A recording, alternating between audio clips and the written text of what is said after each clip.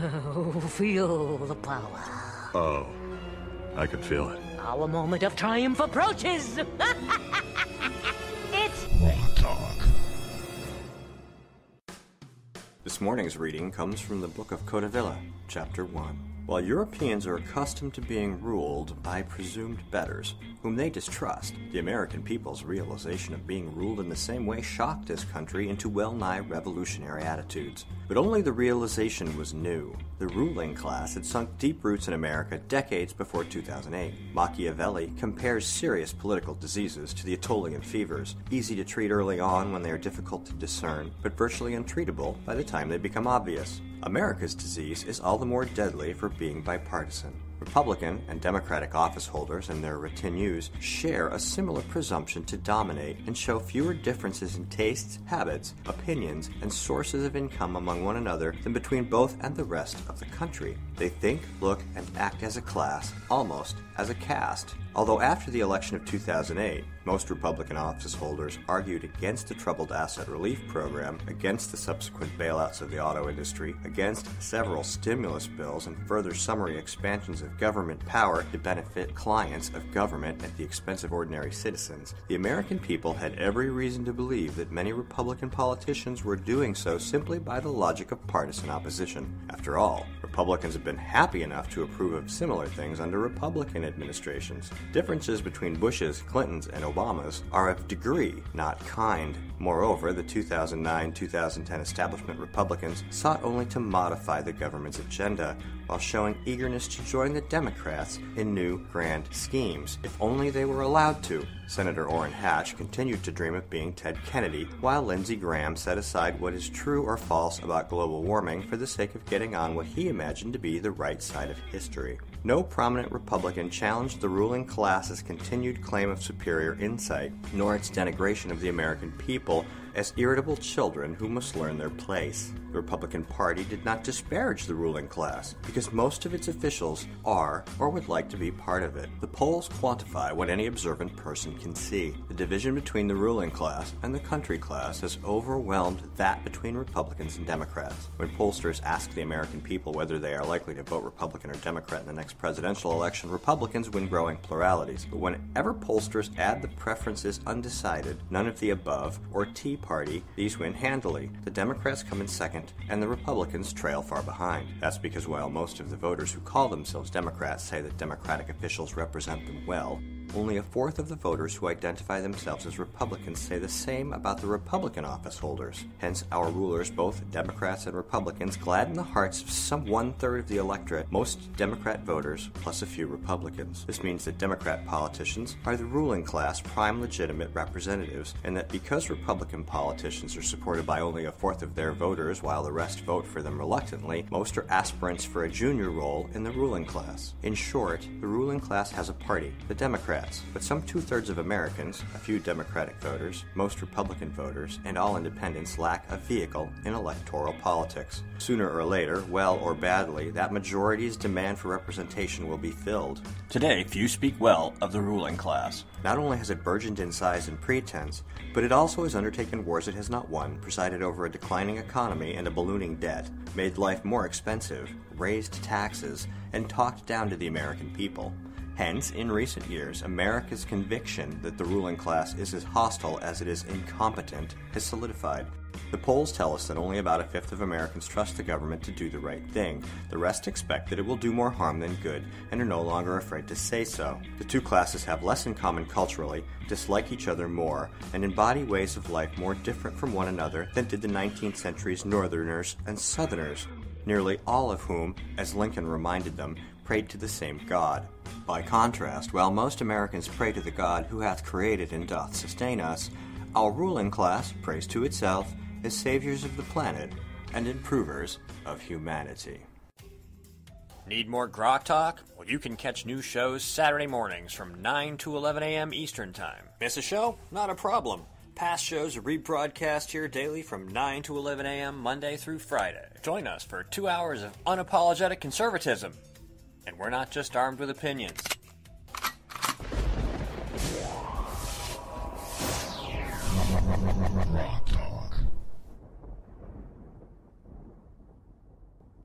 Real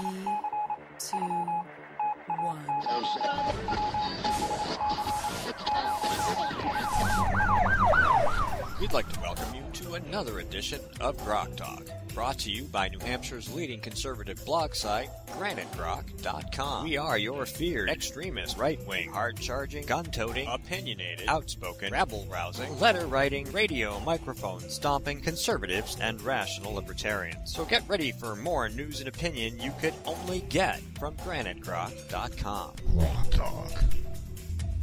All right, so right out of the gate, I need to buy a backup power supply and leave it here in the office, in the studio, because I forgot mine, and I was doing my newsread this morning with my laptop in the kitchen, so I didn't have my power supply connected, which meant when I got here, I didn't have 3 hours or 2 hours. I had less than an hour of power. So anybody listening on Spreaker or nhcrtherock.com, the show is going to drop off Spreaker sometime in the first hour, and I apologize for that, but you can go to graniterock.com.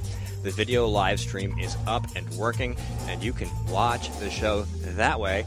And when I get home, I will complete the podcast and post that, and you'll be able to listen to that throughout the week. So anyway, welcome to Grok Talk. What of it there is.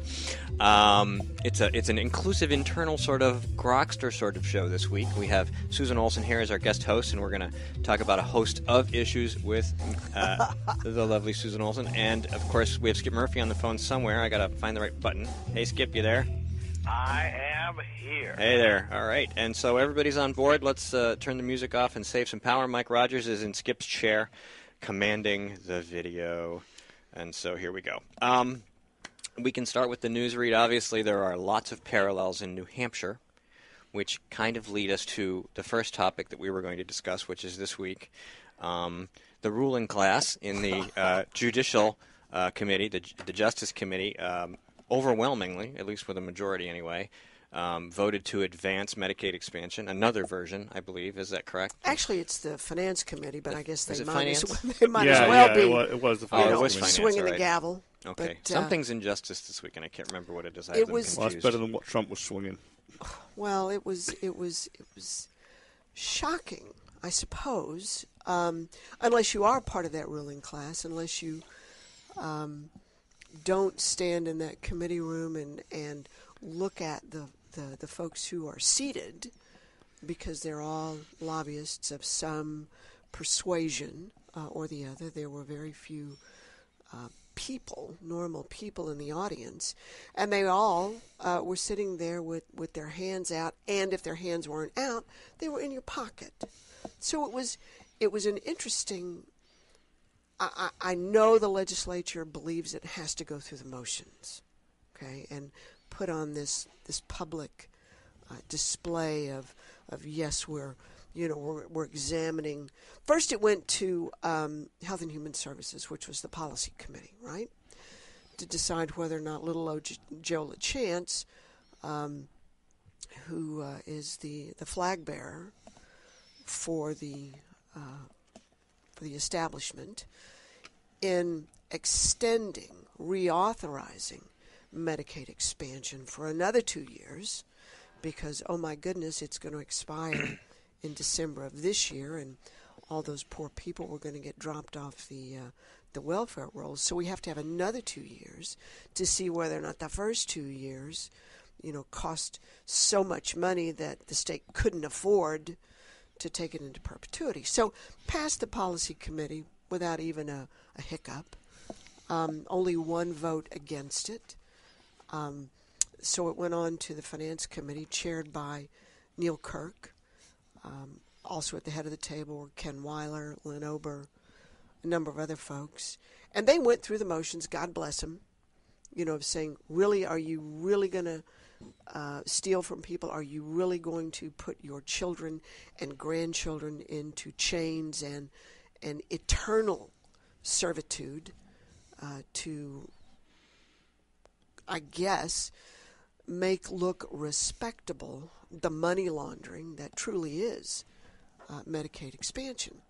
And they voted 18-8. Yes, that's exactly what we're going to do, but we're not going to call it that. We're going to talk about the least vulnerable among us, which include some 50,000 able-bodied, childless. The most vulnerable amongst us, I presume they mean. Well, yeah, I suppose it's. They're not really. They're not. No, they're not. They're not. They just happen to be able-bodied, childless adults who, in the correct world, would never have qualified for Medicaid because they're neither truly poor, truly disabled, truly in need of help, and which is what we're supposed to do as a society. So it was a big sham, and watching the committee members' faces, hearing from the hospital association, who never provided a straight answer, and listening to members from these various individual hospitals, and listening to the Department of Health and Human Services say these things that were beyond incredible, and everybody in the audience is nodding, and the committee members around the table didn't leap out of their chairs and take the witnesses by the throats and haul them off to jail. It's beyond incredible. So it passed 18-8. It will go to the floor on, I presume, this coming Wednesday or Thursday, because they had to finish in time to get it on the calendar to get to the House vote. So it'll pass. There's no question. And then it'll go to the Senate, and they'll do this same sort of star chamber. You know, we're all winking and nudging each other and going, yeah, this is really important. And it'll pass. And there we go. And expanded Medicaid will be written into law forever and ever. Amen. You mean, by Star Chamber, you mean the one containing our gubernatorial hopeful, the Executive Council? No? Or is it? Oh, no! In fact, on the 10th of February at the Executive Council meeting, it's if you truly are into self-flagellation, I guess, you look at the agenda, and it's this very nice typed out agenda on their website. And for each agenda item, there's a hyperlink. Mm-hmm. And if you go to the hyperlink, you can see what the individual documents are. Or you can download the whole set of documents for any particular Executive Council meeting. Is this a 2,000-page thing you were? Well, it's 2,612 pages, actually. Isn't that about the same size as Obamacare? I thought Obamacare was bigger than that. But nevertheless, well, it is now. For this particular one Executive Council meeting, there were 2,612 pages of accompanying documentation for them to, I guess they get it that morning maybe, to look at as they go through the items for voting. But in that 2,612 pages, there were 2 pages from the Department of Health and Human Services that increased the amount of money that would be coming in via Medicaid from $617 million to $619 million. And I'm sorry I didn't bring it with me. So a small increase. $4 million chump change. But happily, you will note that in the spreadsheet contained, or the slice of spreadsheet contained in that 2-page letter, there's $4,000 set aside for an audit. So we can be sure that that all of this stuff is going to be audited and documented and made available to the public. So, my goodness gracious, the fix, and whether it's a heroin fix or a fentanyl fix or whatever, the fix is in, ladies and gentlemen. And like most fixes, it will wear off and leave you with an overhang. Well, it won't leave the ruling class with a hangover, because they're all going to be happy. They never run out of dope. They're going to put it on their resume. I expanded Medicaid. Yeah. You know, they can run around the country like Kasich and proudly wave their I expanded Medicaid flag. That's right. So. And one of the members of the Executive Council, who is, I believe, a gubernatorial hopeful, is in favor of expanded Medicaid. I mean, a Republican, alleged Republican. Yeah, and this would be, yeah, guys, go ahead. This would be Frank Edelblut, right? No. No. This is Chris Sununu. Oh, Chris Sununu on the Executive Council. Mm-hmm. Yes. But, you have to remember, too, Frank Edelblut, who is also looking to run for governor, had expressed great effort, not effort, but admiration for expanding Medicaid expansion. You would be wrong, Skip. He voted against it, and some of the questions that he posed to the witnesses were the things that we would ask. Like, are you freaking kidding me? Right. Although he didn't say that, but the same type of pointed, really trying to get an answer. So, no, I think Mr. Edelblue has, once he got into it and really looked at it, realizes the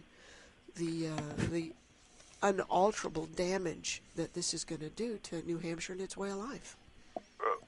Understood, and I did read that, but he did that after, when he was, although, I'm sorry, I'm mangling my words this morning, folks, but he was for it earlier. I had a couple of phone calls with him. He was tremendously in favor of it, and I'm glad to see he's had the change of heart. Unfortunately, it seemed to be a little late, and not better late than never, and not persuasive enough to persuade the rest of the ruling class to do otherwise. It certainly does sound that this whole effort has safely ensconced the Republican Party as being the junior lackeys of the welfare state, headed up by the Democrats once again. I mean, do these guys have a clue as to who they're supposed to be, or do they not care? I don't think it matters. You need to understand that this whole scheme, this whole Ponzi scheme, which actually isn't a Ponzi scheme because they're all willing collaborators, has been around, and it was instituted by a Republican governor by the name of Judd Gregg. He's a guy that came up with it, and it went on for 20-some-odd years. This is the hospital kickback scheme. Yes, this is the disproportionate share and the Medicaid enhancement tax. It was all great until, I guess it was 2013, and what was it Darth Vader said to Lando Calrissian? I'm altering the deal. Pray I don't alter it further. Yeah, well, they altered the deal, and the hospitals all of a sudden decided that their ox was being gored. So it's only in the last couple of years that anybody turned this rock over and looked at the deal. So it's horrible. It's horrible. It's kabuki theater. Anybody that believes that anything can be done to change this is probably someone who has a job and a family and works and pays bills and trusts their elected officials to look after them.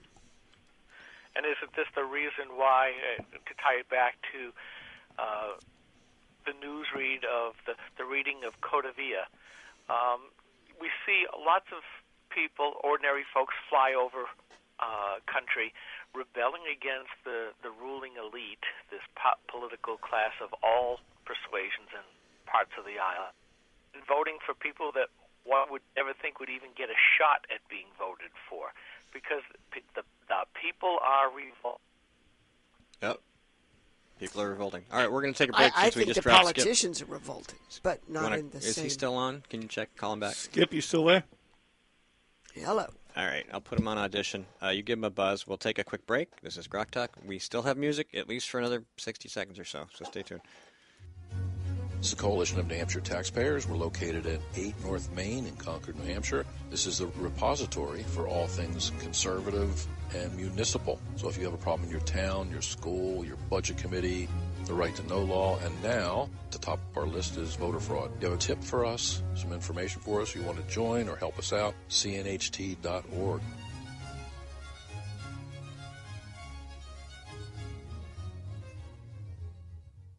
Hi, this is Rich Gerard, host of Gerard at Large in the Morning, the Manchester area's only locally owned, locally operated, focused, and interested, riveting radio show, heard live every Monday through Friday from 6 to 9 on 90.7 FM WLMW New Hampshire Family Radio, and available 24/7 live or archived at gerardatlarge.com. Be sure to tune in.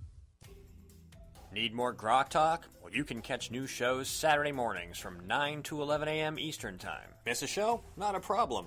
Past shows are rebroadcast here daily from 9 to 11 a.m. Monday through Friday. Join us for 2 hours of unapologetic conservatism. And we're not just armed with opinions.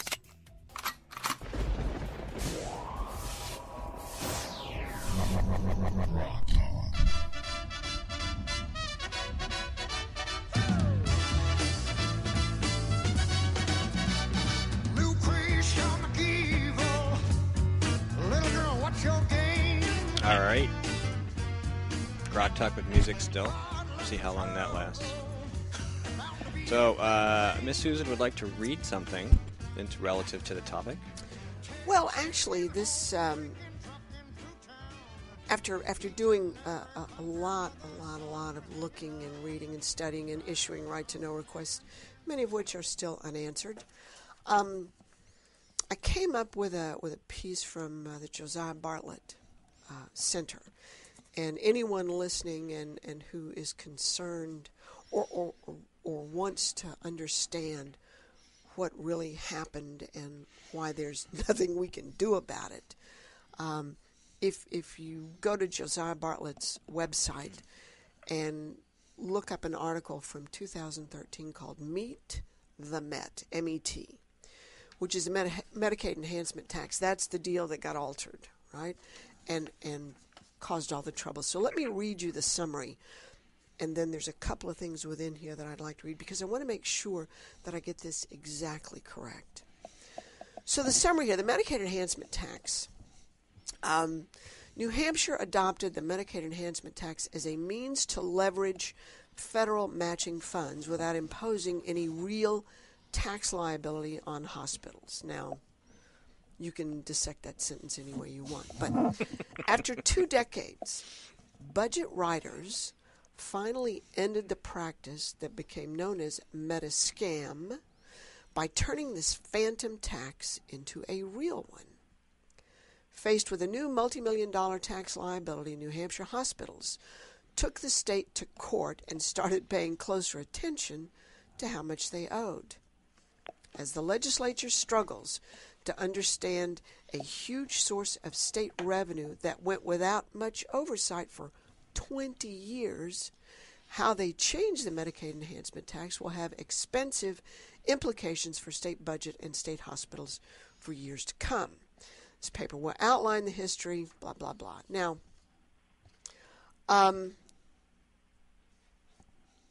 the disproportionate share payment, which is part of this. It says here, under the federal Medicaid program, participating states, split the cost for providing health care to low-income recipients with the feds. Most states, including New Hampshire, elect to reimburse hospitals for treatment based on a fee-for-service model.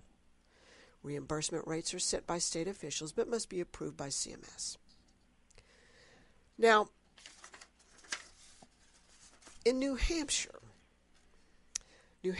began making disproportionate share payments, that's what this is called, in fiscal year 1992 during Judd Gregg's administration. At the same time, it imposed a new revenue stream to pay for them. The Medicaid enhancement tax was a 6% levy on hospitals' gross patient service revenue, essentially every dollar charged for patient care at all 28 New Hampshire hospitals. Every state was designated a disproportionate share hospital and captured both Medicaid expansion tax and disproportionate share hospitals. For example, if a hospital owed $10 million under this Medicaid enhancement tax that was brought under Judd Gregg, it would send its payment to the state, which would send a reimbursement payment to the same hospital later that same day. The federal government would soon get an application for the amount of money that the state sent to the hospital, a matching grant, which would be deposited directly in New Hampshire's general fund. So let's think about it. Under Medicaid expansion tax, if you're the Ayotte Hospital, which is so ably represented by volunteer board member Joe LaChance, you got a Medicaid enhancement tax bill of, let's say, $100. Mm-hmm. Okay, you paid that $100 to the state. The state immediately turned around and gave you $50 back, right? The state then sent a bill to the feds showing that they had paid you $50 for your disproportionate share costs. The feds would then give match that $50. They'd give that money back to the state of New Hampshire. New Hampshire then gave that $50 back to the hospitals and made them whole. So the hospitals never lost any money. But the state was up $50, which they had stolen from the feds by false pretenses. It wasn't from the feds. The feds were stealing it from us. Wow. But it was the deal. That was the deal until Lando Calrissian came along and said, "You know what? Bill O'Brien. We're gonna alter the terms of the deal." So they didn't automatically get all of that money back. That was in fact a tax. Mm-hmm. And they were not refunded 100%, even though perhaps the state got the money back and kept it. So there's been a big fight going on. And enter, if you will, expanded Medicaid, or Medicaid expansion, which originally was mandatory under Obamacare. Right, but the states proved that it wasn't in fact mandatory, and a bunch of them decided to stiff the feds. Well, they proved it was unconstitutional. Yeah. But then it became voluntary. So participation in voluntary expanded Medicaid was the norm. So expanded Medicaid sought to capture a whole different population than the original Medicaid, which rightly, wrongly, or indifferently, and has gotten out of hand, was really originally intended to help the truly poor. It's like a big have-a-heart trap. Exactly. But now there's blood on the floor, okay, where there wasn't before. So the original Medicaid really sought to help children, poor children, the truly disabled, the truly poor, and give them some sort of, I hate the phrase, but safety net. And in this case, people who weren't being cared for by others, family members or whatever. Yeah. And, you know, if we think that that's the right thing to do, if government should be covering that cost, then that was the original intent of Medicaid. Certainly it's been abused, but expanded Medicaid said, well, you know what? There's people out there that maybe we ought to help too. And it was turned out to be, quote, the mentally ill and those with substance abuse issues. But the profile of the population that has been captured under expanded Medicaid are primarily able-bodied, childless adults who aren't working or are working, maybe part-time or a job here or there to pay for their bad habits. So New Hampshire has enrolled, since the passage of expanded Medicaid, some 50,000 people who now get this same sort of, quote, free money from the feds, and this in the same fashion it's being laundered through state government. And these people, the state will say, well, you know, we're having them, we're helping them get private insurance, right? So they can attend to their needs, their health needs. But they don't. Well, maybe they do, maybe they don't. But the idea is, you know what? Now this has reduced this disproportionate share cost that hospitals had been experiencing because, since they altered the terms of the deal, they weren't getting covered for all of their out-of-pocket or charitable care, which every single one of these guys, with the exception of two, are 501c3 fully tax-exempt hospitals. So they're exempt from any tax. And the basis for that exemption is they are charities, and they're supposed to be providing charitable care to their population. But quick heads up, we're to Spreaker listeners and anybody on NHCTheRock.com, please go to GraniteRock.com and start watching the video live stream because the audio is going to drop any minute. Please proceed. Any minute. So these hospitals are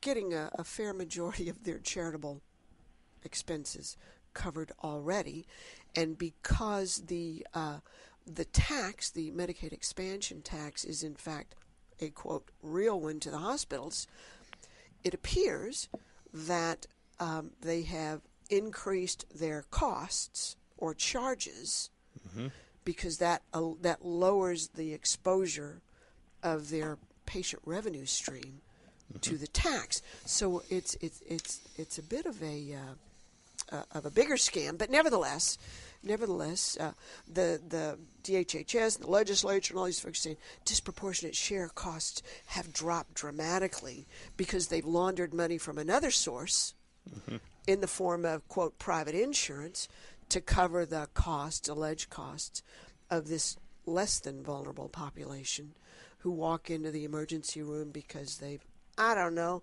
overdosed on whatever. Bath salts. Bath salts, perhaps. So it's a willing co-conspiracy in the state of New Hampshire, and we're the suckers. So, man, that's complicated. Well, but isn't that what politicians say when issues are difficult? They say, well, that's a complex issue. Because they've made it so. Because they've made the money crisscross and go round and round instead of keeping it simple. Yeah, I mean, used to be in the old days when you were laundering things, you had two cycles. You had a hot water and a cold water cycle. But if you look at washing machines today, oh my God, you can program to do almost anything. So money laundering has become much more complicated, including wrap it in foil and put it in your freezer for you, and technical. But this is this is nothing more than money laundering. And what's truly frightening and should frighten listeners is when you look at the revenue sources. For the state of New Hampshire. New Hampshire, with the taxes that it does impose, collects in New Hampshire just about 60% of what it spends.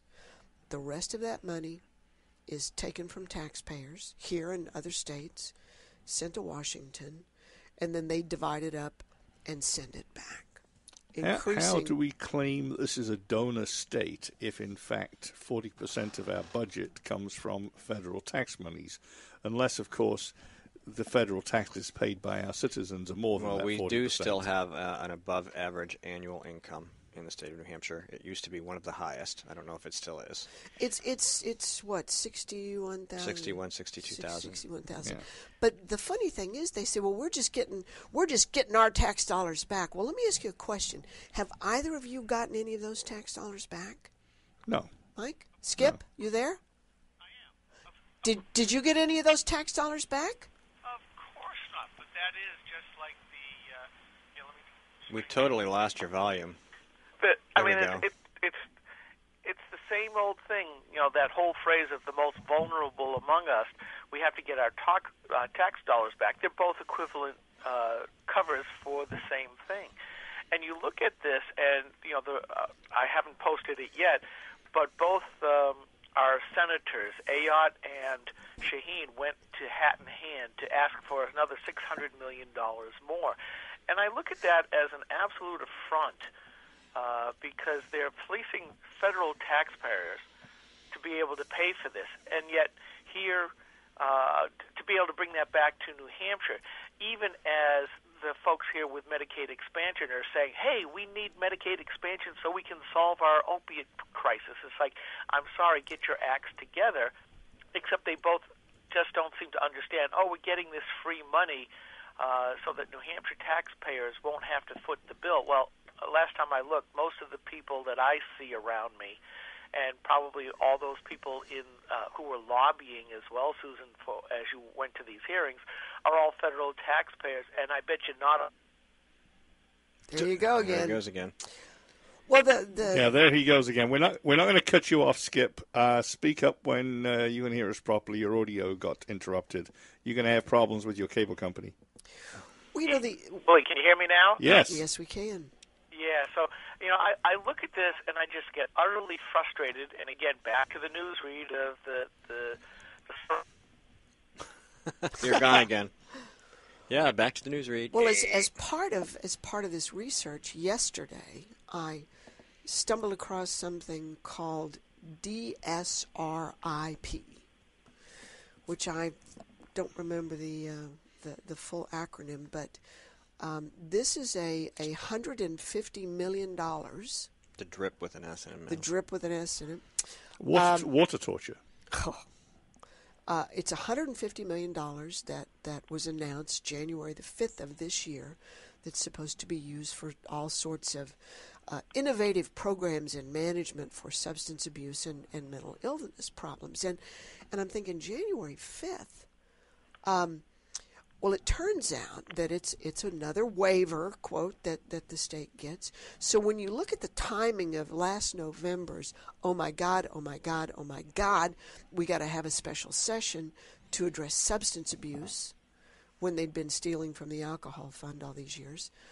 The November special session apparently was necessary to get laws staged to have this January 5th draft approval or tentative approval for this other $150 million that's coming in for substance abuse. Now, the recipients of this $150 million are not the hospitals, but they're local organizations, the Seacoast whatever, all these various community groups that are getting paid off as well. So it's staggering the amount of money that gets sloshed around that purportedly legislators are bringing back to the state of New Hampshire, but they damn sure don't give it to any of us. They give it to people who didn't pay taxes in the first place. So I'm getting a little tired of this, quite frankly. Well, and me too. And I am beginning to think that the only answer here is for New Hampshireites to go galt effectively, and to downsize. I mean, much as it pains us in this country, where we should be living the highest standard of living in the world and increasing, it's time to maybe voluntarily reduce or simplify our standard of living so that we have to earn less and we pay less. And so that the inflation, which they keep hitting us with, the hidden costs of the Federal Reserve, doesn't impact us so badly. I mean, I know that I'm finding it much harder to keep up with my expenses than I was a few years ago, and I'm looking at downsizing. And if enough people go galt, or at least half galt, and reduce what they're paying to the government, this whole edifice is going to come tumbling down. Well, I know you had Emily Sandblade on a couple of weeks ago talking about the New Hampshire income tax calculator. And as we were studying expanded Medicaid, we had stumbled across this. I'm sure she talked about the LSR that a Democrat representative from Concord, Paul Henley, had a marker he'd set aside that was relative to, quote, a New Hampshire income tax. He pulled that LSR and it didn't go to legislation, but he substituted a website called www.newhampshiretaxshift.com that laid out this plan that actually was revenue neutral, but he says, we need to stop relying on property taxes to fund our state government. And so what he did with the same pair of pants, he changed the pockets, and he eliminated a number of taxes that the Department of Revenue Administration administers, one of which was the statewide education property tax, which is statutorily set at $363 million or something. And if you look on your bill that you get from the town, there's a little thing that says statewide property tax, and it's, I don't know, $2, somewhere $1.90 to per thousand, yeah, to $2.60, depending upon where you are, per thousand value against your house. And he's saying, we're going to lower your property tax. Well, there isn't anybody in New Hampshire that doesn't say, Yahoo, I want to lower my property tax. So it's a bit disingenuous, because on his site, he doesn't call it the statewide education property tax. He calls it the statewide property tax. But we're going to take a really short break, because I think we still can. But the point with that is he's taking a tax that's visible and trying to make it invisible. Oh, you have no idea. Okay, we'll be right back. Hopefully this works. You will probably drop out off speaker during this little audio break, but come right back. GraniteRock.com. We're there. Hi, this is Rich Gerard, host of Gerard at Large in the Morning, the Manchester area's only locally owned, locally operated, focused, and interested, riveting radio show, heard live every Monday through Friday from 6 to 9 on 90.7 FM WLMW, New Hampshire Family Radio, and available 24/7 live or archived at GerardAtLarge.com. Be sure to tune in. This is the Coalition of New Hampshire Taxpayers. We're located at 8 North Main in Concord, New Hampshire. This is the repository for all things conservative and municipal. So if you have a problem in your town, your school, your budget committee, the right to know law, and now at the top of our list is voter fraud. You have a tip for us, some information for us, you want to join or help us out, cnht.org.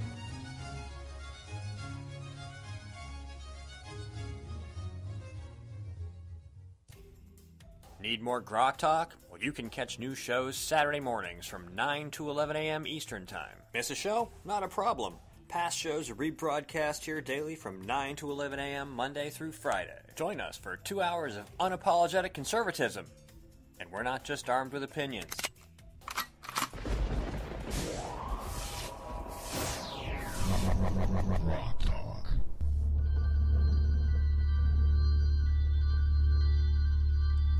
I confess I'm surprised I still have music.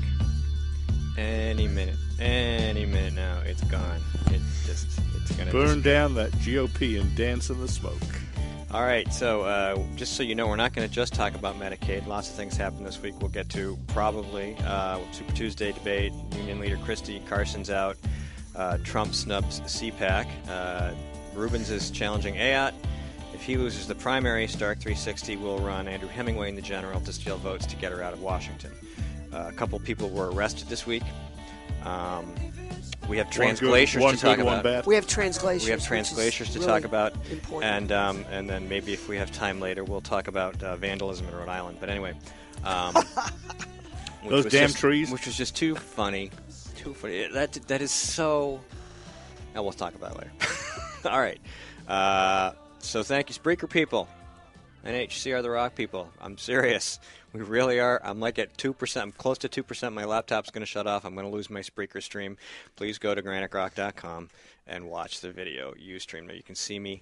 Hello. Right there. So let's tie this up. Yeah. With a neat little bow, and then next hour we'll move on to other things. The short version is there is no way, number one, to stop the reauthorization of expanded Medicaid. There's no way to do it. And worse, there's absolutely no way to pay for it except through a sales or income tax, because I'm guessing state government is not going to cut spending to cover the gap. Not the current legislature. No. And I don't know any future legislature that would. Yeah, we would have to completely change our pants. Indeed, we would have to change our pants. Pockets and all. So just be prepared when the time comes that you're going to have to, unless, of course, you work in Massachusetts and the tax is still higher than what it will be in New Hampshire, you're going to be paying an income tax to pay for all of this stuff. So that covers it. Yeah, bad stuff, bad stuff. Where we are. And it is a scheme, and you've outlined it pretty well. And but it's smiling and willing co-conspirators. That's what's so shocking. And what's the is website? Everybody knew about it. Expand NH. Yes, you can go to www.expandnh.org. Make sure it's the .org. You can download the tax calculator. You can also download lists of what we called Republicans behaving badly on the lovely. votes, which has since been updated to include the vote in Senate Finance. But bear in mind that a numerical majority, superiority of Republicans in the New Hampshire House wasn't enough. It only took 65 alleged Republicans to join with 100% of the Democrats to pass this. It will not be stopped. So, hold on to your wallets, ladies and gentlemen, and I guess turn your head and cough. Sorry. You're going to have a tax hernia, so just get used to it. Whether it's sales or income, it's coming. All right, now, let's do Trans-glaciers next hour. Because that is just too damn funny, and we want to spend wonderful. some time on that. I just don't think about these things. Right. I'm glad there's... we have a few minutes to get through this, though. Jerry DeLemus was seized by the FBI and arrested and indicted for his Bundy activities. He's going to have another hearing on Monday. You can reach out to Jack Kimball if that's something that interests you, because he's kind of been on the, paying a lot of attention to it. The other arrested person was Kyle Tasker. He was arrested for possession with intent to sell, and soliciting a minor for sex on the internet. Which, I mean, anybody who knows Kyle Tasker knows that he's abrasive and obnoxious, and he was a good vote in the legislature, but other than that, he's kind of a jerk, and that's fine. You can be as big of a jerk as you want if you're a good vote, because really all we care about is votes. This is different. This is a situation where criminal and creepy activity by a good vote is not good. No. It doesn't matter how good No. your votes are. No. This is something else entirely. And several police agencies were involved.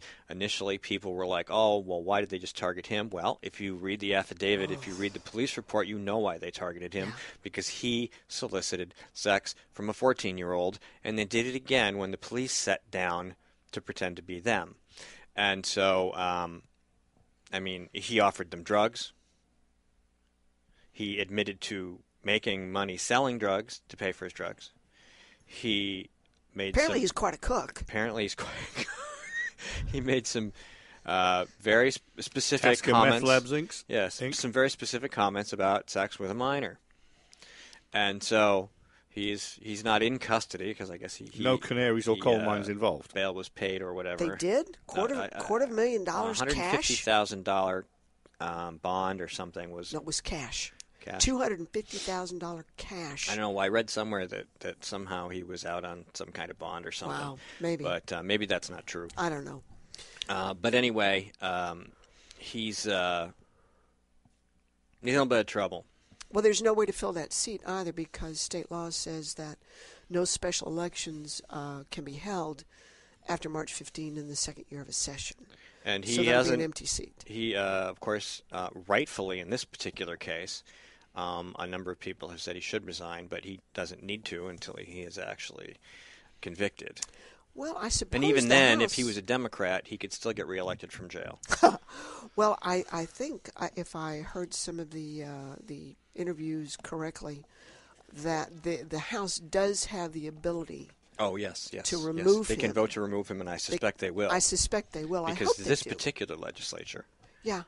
Is owned and operated by the Democrats, regardless of the majority. Right, and they don't like Tasker. I mean, you may not. I don't like Tasker. I don't as a person, but I mean, even just as a vote. A Liberty rating, 90 to 95% NHHRA. So he shows up and he votes for the right bills and he votes the right way, but. At what cost? At what cost? It is not worth this cost to have that vote. God, absolutely, under no circumstances is this acceptable. No. And they should kick him out. Yeah. Because, especially if the police said, look, here's the evidence. And, I mean, they've written it in the report. We've seen it. If they actually have the hard evidence, and it's not just them saying they've seen it or somebody has related it to them, he's done. Yeah. Okay? Because there's no excuse for this. No. No, there's not. So, our apologies to Tasker apologists. But he was a militant atheist douchebag. Yes, I and think now that covers he's it. a militant atheist douchebag, apparently attempted sex offender with minors. A lot of people just were dismissive of the drug thing. Yeah. And I understand that because and somebody did say it's a real shame that this other crap was involved because we could have had a really good debate about the drug thing. And we could have had a good debate about the drug thing. We always frequently do, and there's nothing wrong with having that debate. Everybody's going to be on different sides of it, but this is way beyond that. This is awful. Well, either we obey the law and work to change it.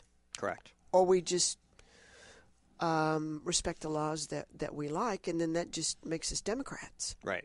So what he was doing with drugs, or alleged to be doing with drugs, was and is illegal. Yes, it is. So whether you like the law or not, until it's changed, it is the law. So get over that, folks. Come on. It is.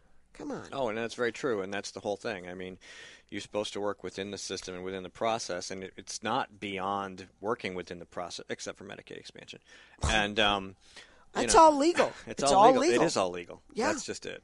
And that's what some people say. Well, it shouldn't be. We're at Oh, sorry, you put your headset down, so I turned you off. We're at the point where the old truism is really coming out here. Don't steal, the government hates competition, because essentially this is legalized theft and money laundering, which the government is doing to a very large extent. And it's no longer just the Democrat money laundering of stealing from union members to support Democrat candidates. This is wholesale governmental money laundering, aided and abetted by both parties who are getting fat off it. And it's not too many steps. Computer's down. It's not Freaker too stream many is up. steps above check kiting. Yeah, it's pretty close, too, isn't Because it? at some point, Yeah, that's you true. know, That's true. you look at the timing. Yeah. Oops, sorry. And when I was a sophomore in college, which is when dinosaurs walked the earth, and you still had paper checks, and this was long before this anything other than maybe bank wires and things like that. Mm-hmm. I had a professor that explained to us how to kite checks.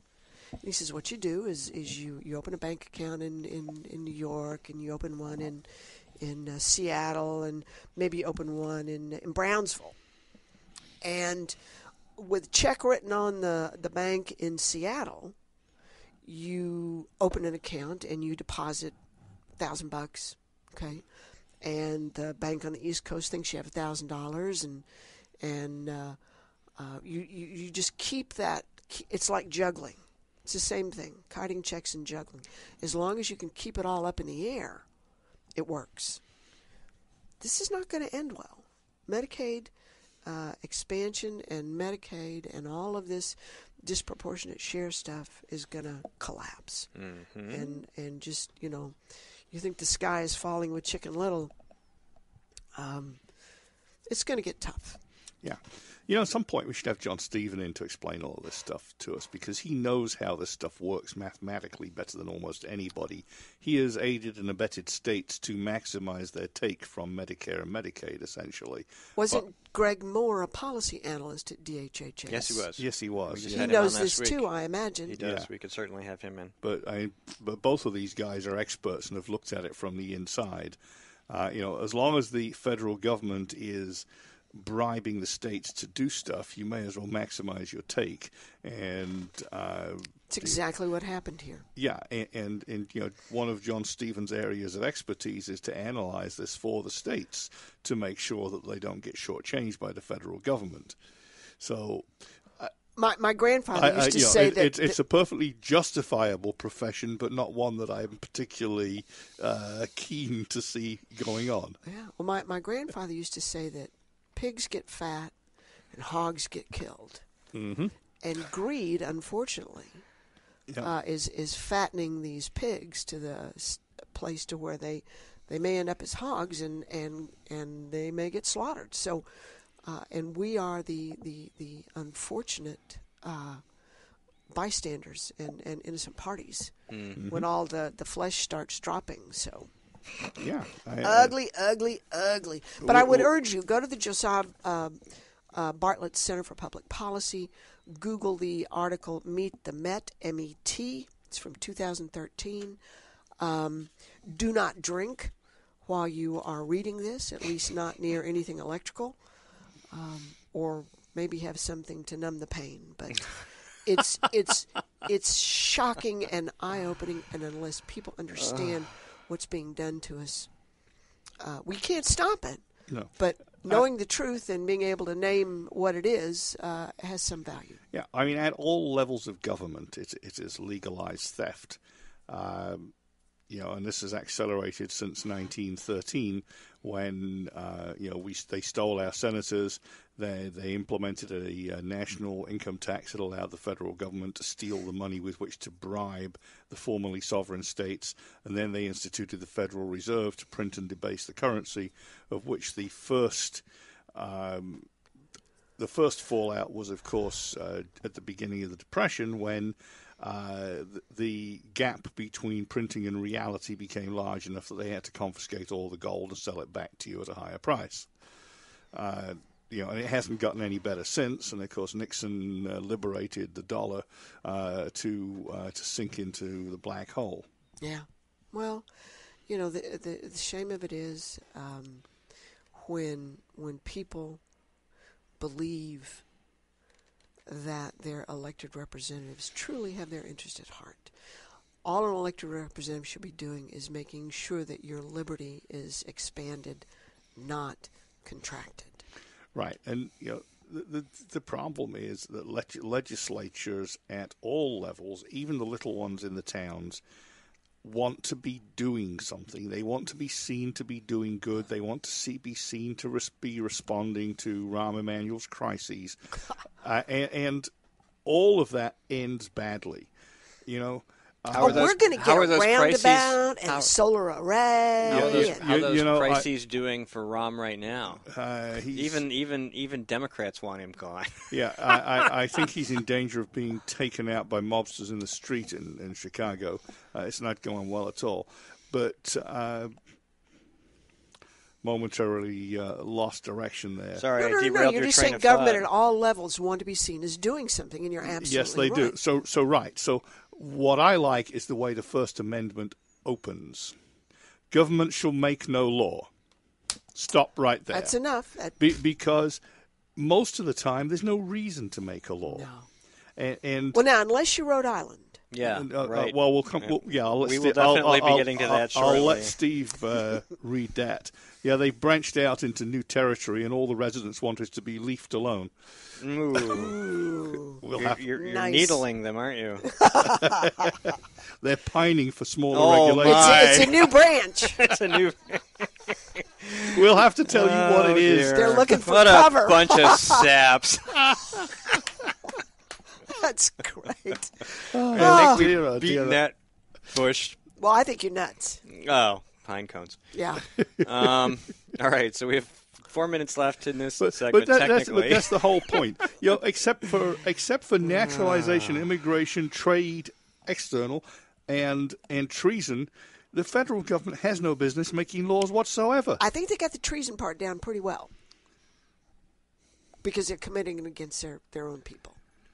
Yeah, but who gets to prosecute them? We do not. That's the point. We do not. We have laws that we can't use to prosecute them who are actually the traitors. Well, it's our own fault. Yes, it is. It's our own fault. Eternal vigilance and all that. We get the government we deserve, unfortunately. Yeah. So you choose between paying your rent, paying your mortgage, feeding your kids, or fighting legislators. Yeah. How do you do that? I don't know.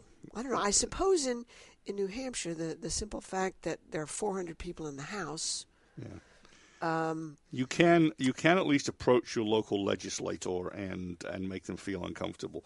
But we do have problems at all levels. We got some good people running our local town, in that they are running it relatively efficiently and so on and so forth. But they still can't resist doing good. A piece of land comes up somewhere, and they want a warrant article to add this to our open space. And give me a break. You're assuming everybody's as rich as you are. Or some old family decides that, they want to leave a legacy and put their 1,000 acres, contiguous acres, into a conservation easement. When the fact of the matter is, they don't want any damn neighbors. They don't want anybody building on it. They got enough money, and you put it into a conservation easement, and they pay no tax on it. Yeah. And then if you decide that, well, I'm just a citizen of the town, and here's this wonderful conservation easement, and I'd like to go avail myself of the recreational opportunities, then they call the cops. So it's we're not crooked enough to participate. I'm afraid. I think that's largely the case. Oh, Skip's sitting there silently. I turned him off. You turned Skip off, you meanie. Was it Mark Twain that said politicians? Oh no, he's gone away. He is. We're going to hit the top of the hour in a second. I'm just going to play this music. Oh, excellent. And that way I'll be able to at least have a placeholder for when I do my edits. Rock Talk. Some of the content on this program is shared under the fair use provision of U.S. copyright law, found free in the public domain, or covered under Attribution 3.0. Some of the music on this program is provided by Kevin MacLeod at Incompetech.com. The opinions expressed on this program are those of the speakers and not necessarily those of CNHT, GraniteRock.com, this station, or anyone else for that matter.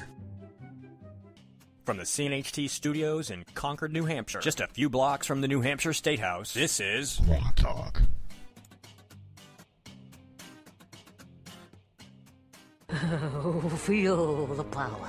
Oh, I can feel it. Our moment of triumph approaches. It's Raw Talk. This morning's reading comes from the Book of Codavilla, Chapter 1. While Europeans are accustomed to being ruled by presumed betters, whom they distrust, the American people's realization of being ruled in the same way shocked this country into well-nigh revolutionary attitudes. But only the realization was new. The ruling class had sunk deep roots in America decades before 2008. Machiavelli compares serious political diseases to the Aetolian fevers, easy to treat early on when they are difficult to discern, but virtually untreatable by the time they become obvious. America's disease is all the more deadly for being bipartisan. Republican and Democratic office holders and their retinues share a similar presumption to dominate and show fewer differences in tastes, habits, opinions, and sources of income among one another than between both and the rest of the country. They think, look, and act as a class, almost as a caste. Although after the election of 2008, most Republican office holders argued against the Troubled Asset Relief Program, against the subsequent bailouts of the auto industry, against several stimulus bills and further summary expansions of government power to benefit clients of government at the expense of ordinary citizens, the American people had every reason to believe that many Republican politicians were doing so simply by the logic of partisan opposition. After all, Republicans have been happy enough to approve of similar things under Republican administrations. Differences between Bush's, Clinton's, and Obama's are of degree, not kind. Moreover, the 2009-2010 establishment Republicans sought only to modify the government's agenda, while showing eagerness to join the Democrats in new grand schemes, if only they were allowed to. Senator Orrin Hatch continued to dream of being Ted Kennedy, while Lindsey Graham set aside what is true or false about global warming for the sake of getting on what he imagined to be the right side of history. No prominent Republican challenged the ruling class's continued claim of superior insight, nor its denigration of the American people as irritable children who must learn their place. The Republican Party did not disparage the ruling class, because most of its officials are or would like to be part of it. The polls quantify what any observant person can see. The division between the ruling class and the country class has overwhelmed that between Republicans and Democrats. When pollsters ask the American people whether they are likely to vote Republican or Democrat in the next presidential election, Republicans win growing pluralities. But whenever pollsters add the preferences undecided, none of the above, or Tea Party, these win handily. The Democrats come in second, and the Republicans trail far behind. That's because while most of the voters who call themselves Democrats say that Democratic officials represent them well, only a fourth of the voters who identify themselves as Republicans say the same about the Republican office holders. Hence, our rulers, both Democrats and Republicans, gladden the hearts of some one-third of the electorate, most Democrat voters, plus a few Republicans. This means that Democrat politicians are the ruling class prime legitimate representatives, and that because Republican politicians are supported by only a fourth of their voters while the rest vote for them reluctantly, most are aspirants for a junior role in the ruling class. In short, the ruling class has a party, the Democrats. But some two-thirds of Americans, a few Democratic voters, most Republican voters, and all independents lack a vehicle in electoral politics. Sooner or later, well or badly, that majority's demand for representation will be filled. Today, few speak well of the ruling class. Not only has it burgeoned in size and pretense, but it also has undertaken wars it has not won, presided over a declining economy and a ballooning debt, made life more expensive, raised taxes, and talked down to the American people. Hence, in recent years, America's conviction that the ruling class is as hostile as it is incompetent has solidified. The polls tell us that only about a fifth of Americans trust the government to do the right thing. The rest expect that it will do more harm than good, and are no longer afraid to say so. The two classes have less in common culturally, dislike each other more, and embody ways of life more different from one another than did the 19th century's Northerners and Southerners, nearly all of whom, as Lincoln reminded them, prayed to the same God. By contrast, while most Americans pray to the God who hath created and doth sustain us, our ruling class prays to itself as saviors of the planet and improvers of humanity. Need more Grok Talk? Well, you can catch new shows Saturday mornings from 9 to 11 a.m. Eastern Time. Miss a show? Not a problem. Past shows are rebroadcast here daily from 9 to 11 a.m. Monday through Friday. Join us for 2 hours of unapologetic conservatism. And we're not just armed with opinions.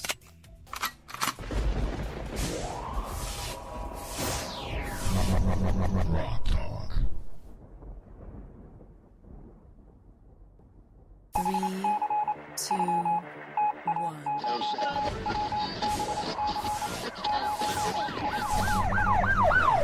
We'd like to welcome you to another edition of Grok Talk, brought to you by New Hampshire's leading conservative blog site, GraniteGrok.com. We are your feared extremist, right-wing, hard-charging, gun-toting, opinionated, outspoken, rabble-rousing, letter-writing, radio microphone stomping conservatives and rational libertarians. So get ready for more news and opinion you could only get from GraniteGrok.com. Grok Talk. The world is full of amusing things, and this is one of those amusing things. So please tell us this is real. This is not a parody. This is absolutely real, and I'm sure some of you two, some Groksters and many listeners, are familiar with a bunch of lawyers out of Minneapolis, St. Paul, who write under the group name Powerline. And they do all sorts of things, politics, science, really, really interesting stuff. Well, was there this morning looking around, because Saturdays they always have their really great cartoons, political cartoons, on Powerline. But I saw this headline. This is what they call Tales from the Ivory Tower. It's a regular post. It says, Academic Gibberish Watch, we have another winner. And this abstract is taken from a journal named Progress in Human Geography. And the title of this abstract is Glaciers, Gender and Science, a Feminist Glaciology Framework for Global Environmental Change Research. And the abstract says, glaciers are key icons of climate change and global environmental change. However, the relationships among gender, science, and glaciers, particularly related to epistemological questions about the production of glaciological knowledge, remain understudied.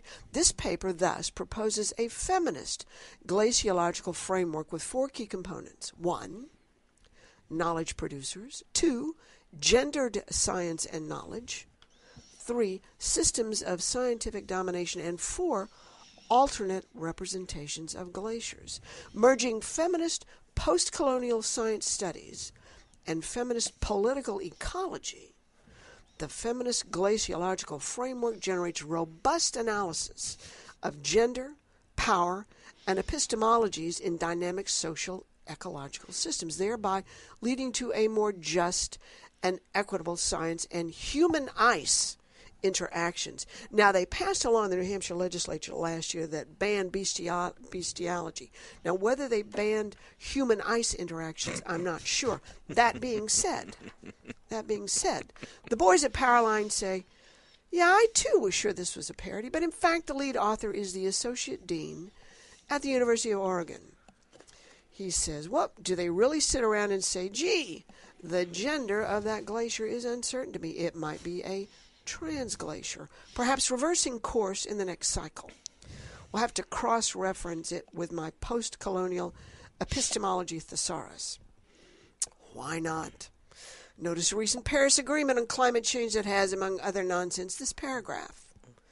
Acknowledging that climate change is a common concern of humankind, parties should, when taking action to address climate change, respect, promote, and consider their respective obligations on human rights, the right to health, the right of indigenous peoples, local communities, migrants, children, persons with disabilities, and people in vulnerable situations, and the right to development, as well as gender equality, empowerment of women, and intergenerational equity.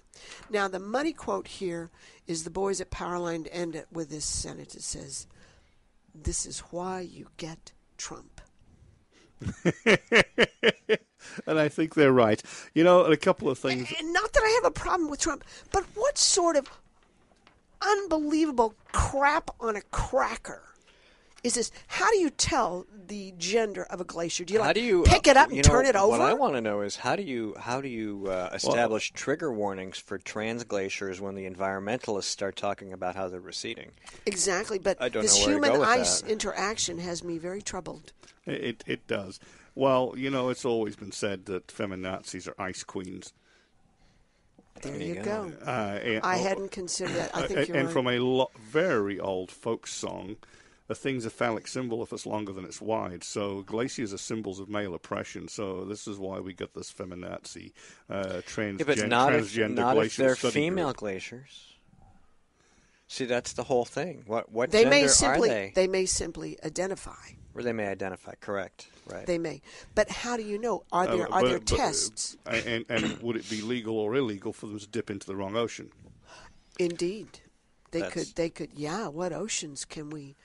But don't they all sort of merge at some point? Don't they all join hands and get along? In a big I mean, genderless sea. Right, I was down in South Africa winding up a project tour down there, and was down on the Cape, and there's a point there at the Cape of Good Hope where the Atlantic and the Indian Ocean meet.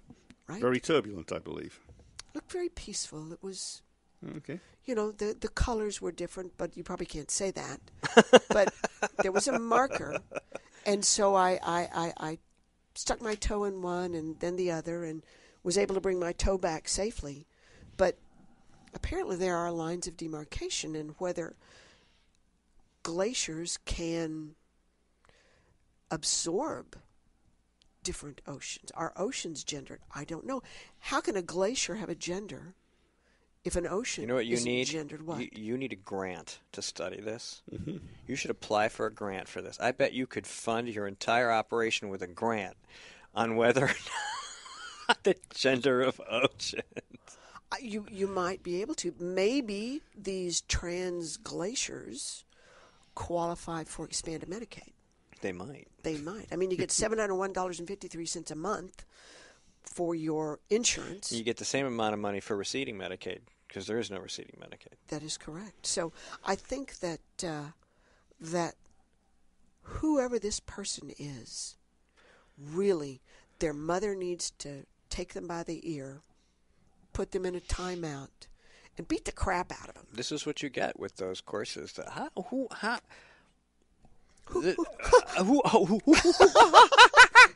Exactly. What? I don't even know. How do you become an expert in that? You just get a certificate from an island nation, and then you're an expert on glacial gender studies. It's just off the charts. It's silly. Absurd. But here's what's silliest and tragic, is the fact that a dean at a university, associate dean to be sure, can write a course outline that is so transparently specious. Can you say transparent?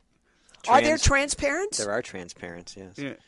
And are they allowed to adopt? And what do they think about this whole glacier thing? They might. I think they might. But it's so transparent. They could adopt a glacier. So transparently specious. And species or species? And facetious. In the reasonable expectation of getting government money to fund his course. Doesn't that say just how sad and corrupt and totally out of control our entire government apparatus is, that a university would even propose such a course? And is this, in fact, more corrupt than Trump University? At least you got taught a valuable life lesson there. Feminist glaciology framework. Is it whalebone? Feminist glaciology framework. There you go. What is that framework? It wouldn't be whalebone because they don't believe in bras. You're right. Feminist. You're right. I didn't think about that framework. Yeah, I don't even know what that means. And somebody thinks this is. I've got something that I would like to call a conservative bullshitology framework. This has four authors. So they've got all the genders covered. We, the people, are paying those idiots to produce this stuff, for which we will then pay them more money. Well, and then when the people who majored in this can't find a job, we'll be paying for them. Exactly. And the only way they're going to find a job, if they do, will be working for the government, which means we'll be paying for them. And then they'll be like buggy whips because there won't be any more glaciers. Right. This is a dead end study. If glaciers are really going away, there's no framework. They shouldn't fund this. This is just nonsense. I think it's oppressive though. It is. Trans-glaciers. We should send this. Well, we should send this to Al Gore for approval, and he'll say, "Well, if there's trans-glaciers, there must be trans-sea ice." There must be. Trans-rain. How do you get glaciers? Right? Snow, rain, right. Weather. Trans-snow. But they are all unique. They are. They are all unique. You know, the ultimate test of liberal lunacy would be to run this by Al Gore for approval. And if he was honest about anything, he'd then say, there's no point in studying this because I've predicted there will be no more glaciers by next year. But you know, but he won't. He'll approve. If put to the test, Gore would be wholeheartedly, enthusiastically in support of this because it's all more government money laundering. And I'll bet Joe Biden would back it because he'd be happy to check those genders. Oh, yes, he would. Put his hands on the glacier's shoulders. That's right. Grope those glaciers. Yeah. Creepy. Wow. Creepy. I mean, truly, this is why we can't have nice things. Creepy Joe Biden. Right. And this is a priority to somebody. Of course it is. Of your money. Let's talk, forget roads and bridges, forget mental health wait lists, forget whatever it is they do with the money they pilfer from the alcohol abuse fund and so on and so forth. But we need to fund this. But this is in fact government in a microcosm. I know the university is not in itself government per se, but essentially what you've got is you've got some scum that's risen to the top, that's floating on the water, that is in charge at this university. And it thinks itself to be so important, it can dream up any stupid idea and have the people pay for it. And that is exactly how government works at all levels. The idiots rise to the top and they propose stupid stuff, and they all clap themselves on the back and say, the idiots, the sheep will go along with this. We'll fleece them one more time. Well, apparently that's what's going on. But I was unaware. But don't the fleeced sheeple get cold on the glacier? It's unclear. But depends on what gender they are. Did you know that there was feminist post-colonial science studies? I don't even know what that means. Feminist post-colonial. Post-colonial. Why isn't there feminist pre-colonial science studies? I don't know. Maybe there weren't feminists then. I don't know. But I find this... the rise and fall of the American Republic. We created this framework for the freest and most prosperous nation on earth, and we became prosperous. And lo and behold, people had time and money to waste, and they learned how to steal from everybody else. And so the decline began. And now you have trans-glacier studies by post-colonial scientists. Post-colonial feminist scientists. Thank you very much. Oh, that's right. Well, since we're gonna try this whole music on the break off the phone thing again, just to keep us editorially relevant. To keep us post-production chronologically separated, et cetera, et cetera. I don't know if it's going to work. Separate but equal. Separate but equal. Equal but equal. Okay, hang on. This might work. It might not. Stay with us. This is a coalition of New Hampshire taxpayers. We're located at 8 North Main in Concord, New Hampshire. This is the repository for all things conservative and municipal. So if you have a problem in your town, your school, your budget committee, the right to know law, and now the top of our list is voter fraud. You have a tip for us, some information for us, you want to join or help us out, cnht.org.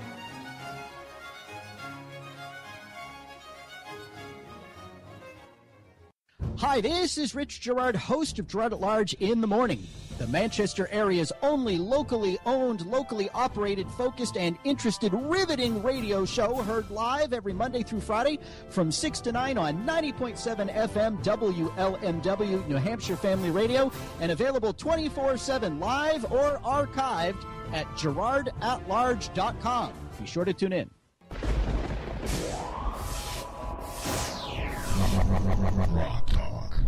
What did you say on the break? I said, this may be this... Oh, you said you can't do that with marbles. Oh, you can't do that with marbles. You cannot do that with marbles, but I think I know where the guy got the marbles he used because these people have obviously lost theirs. That's an excellent point. And to that end, let's talk about the next thing where there's some people who've lost their marbles. I'm going to go navigate back to the post. Rhode Island? To Rhode Island, as I go past the picture of the toast with Ben Carson on it. Hang on. You. Oh, it's right here. Thank you so much. Okay, so anyway, the Rhode Island State Senate passed a bill making tree debris a form of vandalism. If you go to some of the links, if you follow them, you will actually see the statute is written under the vandalism statute, criminal statute, okay? The Rhode Island State Senate passed a bill Tuesday that would require homeowners to prune their shrubbery and trees or face a $500 fine if plant litter lands on someone else's property. Senators voted 26-6 to pass a bill that would require homeowners to maintain and control any debris created by a tree or shrub if it causes a nuisance to an abutting property owner. So this is just too funny. I mean, honestly.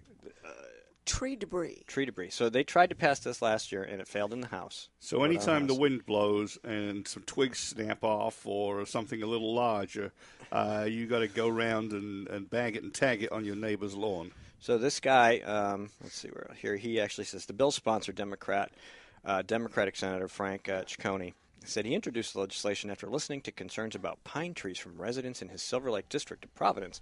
Pine trees are nice in the forest, nice in certain areas, but they shed these pine needles and sap on adjacent vehicles and driveways. Silver Lake is this rundown, basically low-income neighborhood. There is a portion of a lake abutting it, very, very small section. And so I'm just thinking, what's he thinking? Who really is complaining about trees and pine needles? And this is crazy. Well, we have this here. We have this kind of nonsense in New Hampshire, too. Sure. We have things like, what did I write down? Cell phone bans, Medicaid expansion. Those are crazy ideas, right? Bestiality, don't forget that. We also have nipple bills, wood smoke, all manner of things that people come up with. And Think of the money they could raise from tree debris in New Hampshire. Well, I know, and so I'm wondering what the gig is here. In my legislative utopia, workers take a week or two to make sure that the state has a minimal budget to operate, and then it's back to the fields or bustling internet startup, local eatery, or whatever. Sure, you'd be around the district more, and that will always lend itself to probing questions from constituents about needing the legislature to do something about this or that. But with so little time to work at the Capitol, only the most necessary proposals would have time for any sort of hearing. This would drive the lunatics to seek solace in the warm embrace of more local government, where stupid has to stand up next to its neighbors and explain why the town needs to find people when pine needles from a tree 3 generations older than anyone in the room finds their way to someone's property for the umpteenth year in a row, thanks to gravity, wind, or whatever. It's crazy. The poor saps are getting needled, obviously. That's right. Speaking of crazy, did anyone on the island of Rhode consult the tree huggers about this? Rhode Island must have its fair share of fair trade latte drinking, Birkenstock wearing, Whole Food shopping environmentalists. How do they feel about the state essentially mandating a delimbing of hundreds of thousands of trees by residents looking to avoid being fined for every coniferous clam jam-free that takes place on their neighbor's lawn? Well, I like that. Well, that was a good rant, Steve, with lots of great words. It just keeps going. Go read it. It's funny, and it's weird when you write you write what interests you, because otherwise it's no fun. Exactly. And it becomes a job, and since we're not getting paid, what the hell? Why do that, right?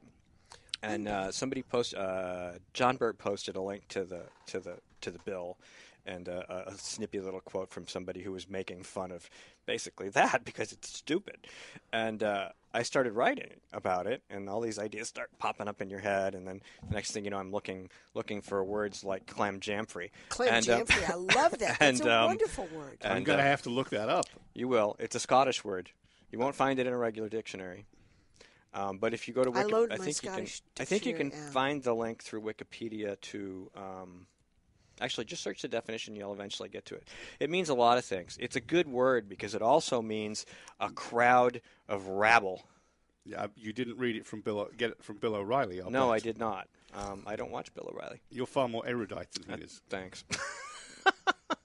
So, but it has a lot of negative connotation to a crowd or herd or collection of something undesirable. I like it. So it worked. Could it be barely. a legislature? It could be a clam jam-free, yes. The legislature could be a clam jam-free. We call it something else in Texas, but it starts with the same letter. There's also clam jam-free, which is the same word, but just more of its original derivation. Well, if Scotland gets its independence, maybe they'll have one. So anyway, Rhode Island is proposing this, and I'm thinking, it's a windfall for tree people. Somebody's got to have it in, Oh, which is why Bert posted it. I called Well, there you go. I think Senator John Frank thinks he's Ciccone has big wood in his pocket, if you get my meaning. Because all of these tree guys are going to go out there, and they're going to have to trim off half the trees and cut down branches, big wood in his pocket, and he's going to get all this money. And so there must be tree lobbyists somewhere lobbying the legislature We have them to here in New advance Hampshire. legislation that will allow them to make a windfall of profits to prevent windfall from blowing debris onto somebody else's yard. We have the New And Hampshire timber owners. And then they'll tax it, and then they'll get money either way. You'll have some very oddly shaped trees if you're trying to avoid the sap needling the poor neighbors. Well, I originally was going to make a change. I was going to change the Rhode Island state flag, which is just a ring of stars with an anchor in the middle of it. And I was going to take that out and have half a tree, Nice. So I started working on that, and then I kind of got distracted. Did you ever travel on Fruit Street in Concord a couple of years ago when the whole brouhaha over trees falling during the ice storms? Oh, yes. And the damage. Yes. And some knucklehead, probably with administrative services, there was a lovely row of a fairly mature some type of spruce or something, beautifully shaped, and they had gone along Fruit Street, north to south, on the east side of the road, and done exactly what you said, cut them in half. So I guess the limbs wouldn't fall on things. Half of Fruit Street. Half of Fruit Street. Absolutely the worst looking thing you ever saw. And I don't know, maybe a month or so later, I noticed that all those had been taken down.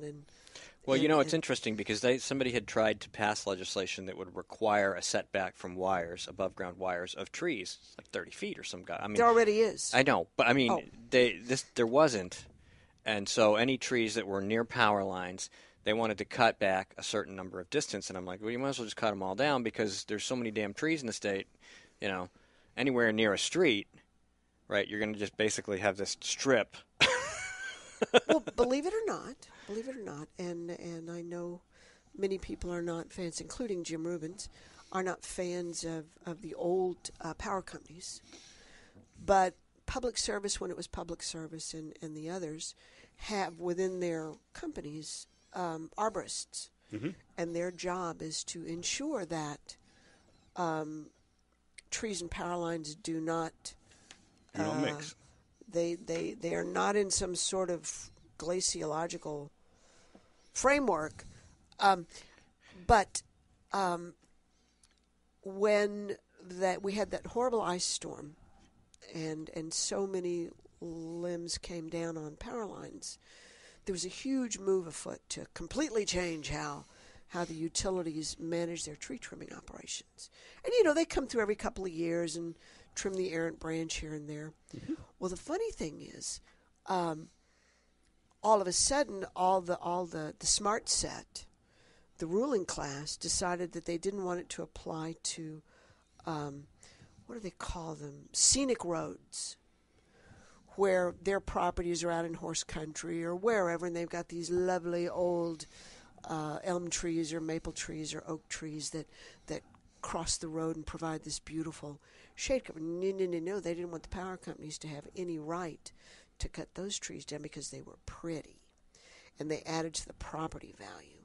So there was a big fight, and the general and they can afford the generator that they will inevitably need because the trees will fall on the power lines. Yeah, but they'll do it beautifully. Believe it or not, the arborists at the utility companies kind of knew what they were talking about, and if you ever went through any of the literature in their tariffs and their programs, that they have a very decided practice of working with homeowners when they do go to trim trees. I always get a postcard before they show up, saying, would you like to opt into this? Yes, and there is within the statute when someone's trees hang over into the public right-of-way where the poles are actually placed, mm-hmm. That they could, if they wished, truly take your tree down. And there's nothing you can do about it. But where we live, they came through several years ago because many properties on the state road where we live had never been developed and power lines were new coming to that part of the town. Mm-hmm. There were lots of really old trees and whatnot. They came through with a great program, and for those people where they did, in fact, clear trees and expose what you thought was private cover for your driveway or whatever, they came through with great programs and planted hemlocks and other slower-growing, dense trees to compensate, and it was quite reasonable. But pine sap and pine needles, I guess, are so offensive in Rhode Island that they need legislation to manhandle it. So another reason not to move. Maybe they should transplant themselves to become a southern state. You can't say transplant. Could have trans maples. Rhode Island is say transplant.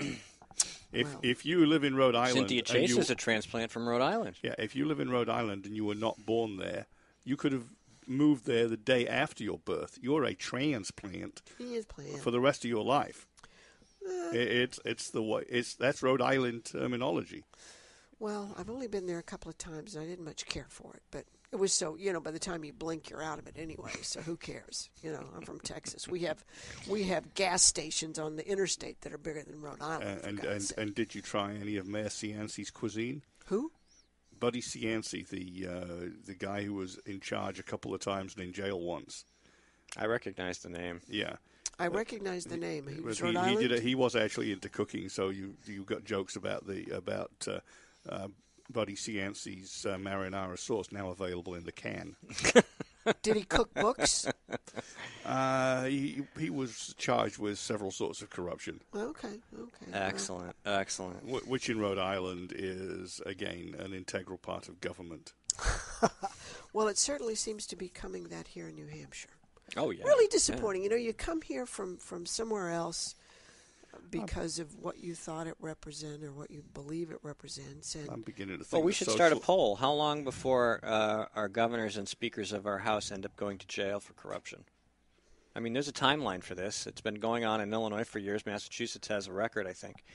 Well, I don't think anybody's objected before. Speakers of the House. I don't think anybody's objected before, Steve, before all these folks coming from different places and the things that have gone on in New Hampshire, certainly this Metascam thing, all of a sudden you start looking at this and you go, what?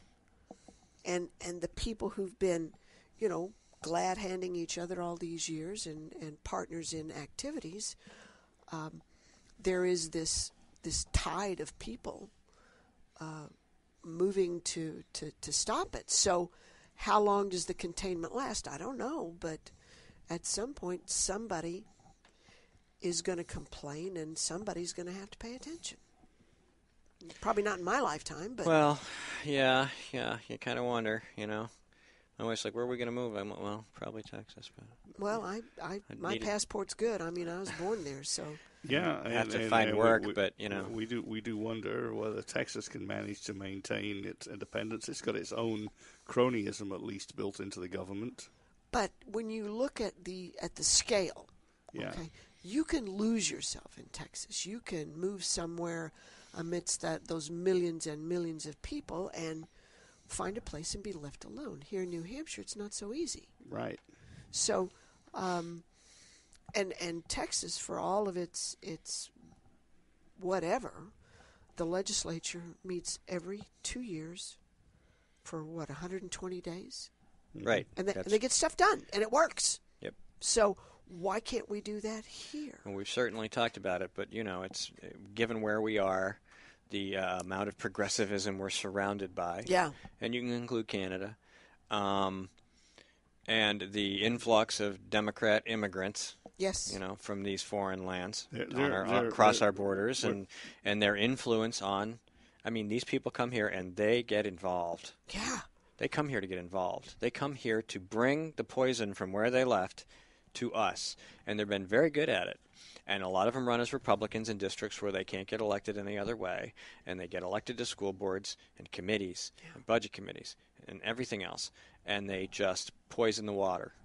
Well, there's this great animated movie called The Incredibles. I love that movie. Mm-hmm. Love that movie. Great music, too. And the premise of the movie is that there was this world full of superheroes who made it their business anonymously to save people from trouble, to stop bad guys, to stop bad things from happening, and the population was grateful and thought they were wonderful. And then after a while, you get used to safety and you get used to having your you-know-what pulled out of the fire.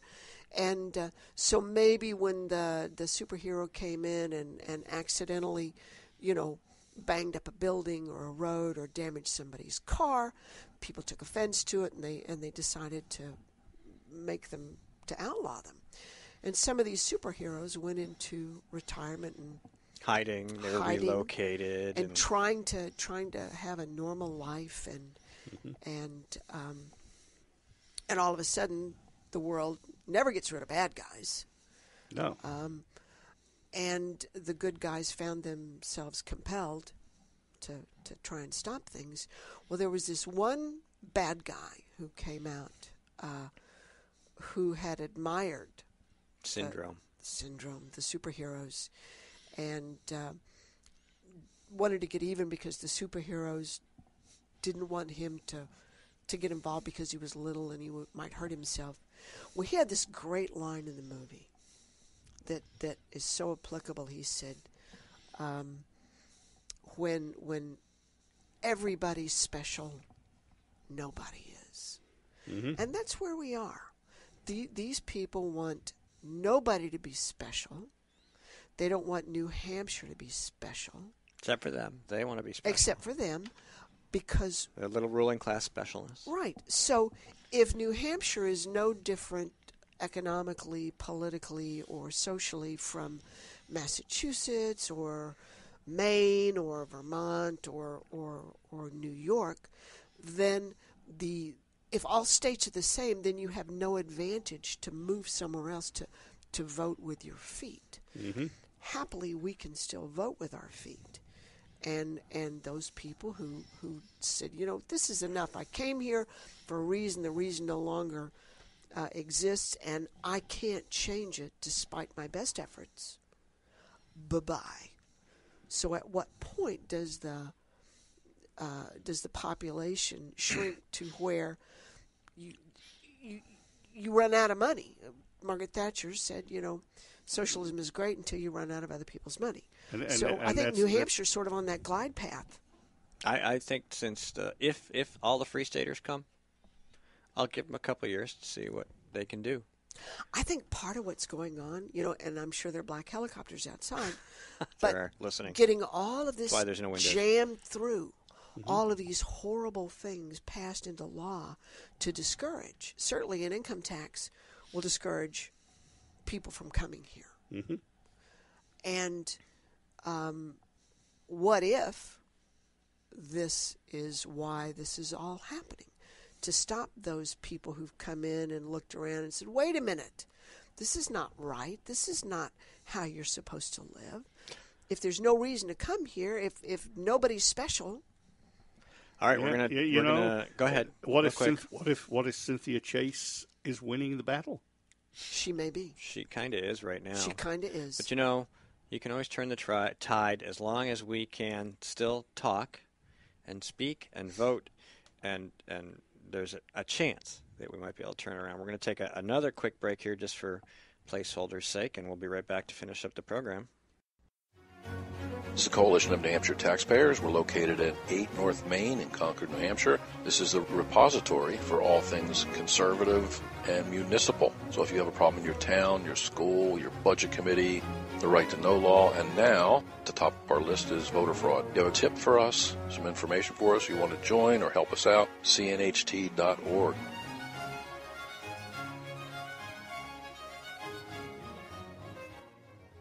Hi, this is Rich Gerard, host of Gerard at Large in the Morning, the Manchester area's only locally owned, locally operated, focused, and interested riveting radio show, heard live every Monday through Friday from 6 to 9 on 90.7 FM WLMW New Hampshire Family Radio, and available 24/7 live or archived at GerardAtLarge.com. Be sure to tune in.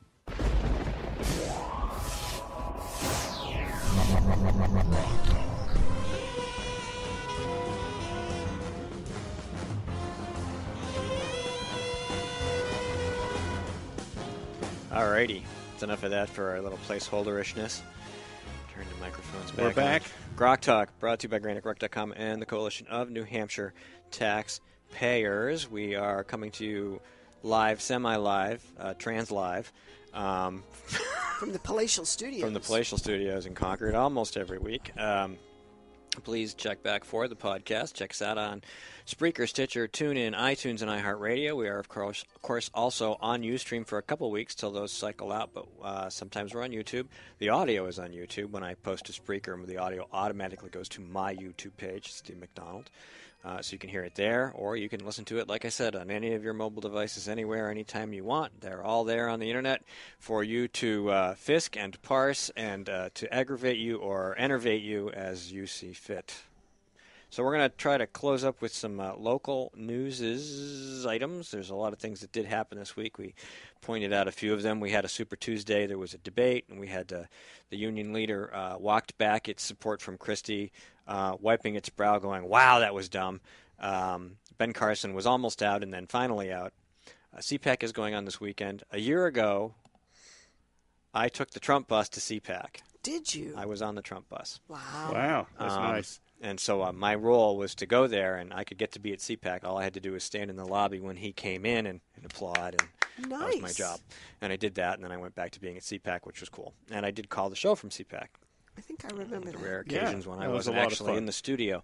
So isn't it curious that this year Trump decided at the last minute not to attend CPAC? I because noticed that, yes. Why would he? Why would he you doesn't go? need to. You know, there's no reason for him to go. There's no reason for him to go. They all hate his guts. All Those they aren't do his is try and voters. pick Yeah, a fight. those are not his voters. Those are not his voters, and Kansas is looking a little edgy right now with Rubio and Cruz both holding big rallies in Kansas today. Trump decided that Wichita had more appeal than CPAC.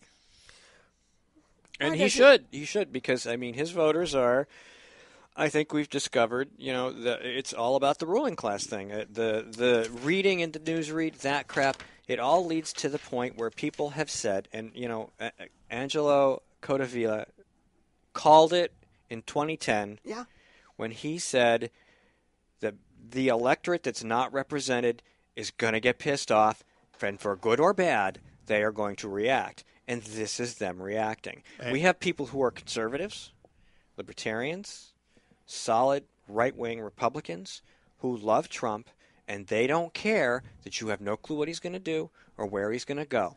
They just know that he is here to burn the party down, and they're happy to get behind him. Yeah. Matches in hand, torches and pitchforks. Let's Absolutely. go. And burning the party down is fine, but the presidency of Trump may not be. Well, that's the thing. And look at history. Yeah. We look at history. What predated all these other people who ended up being horrible?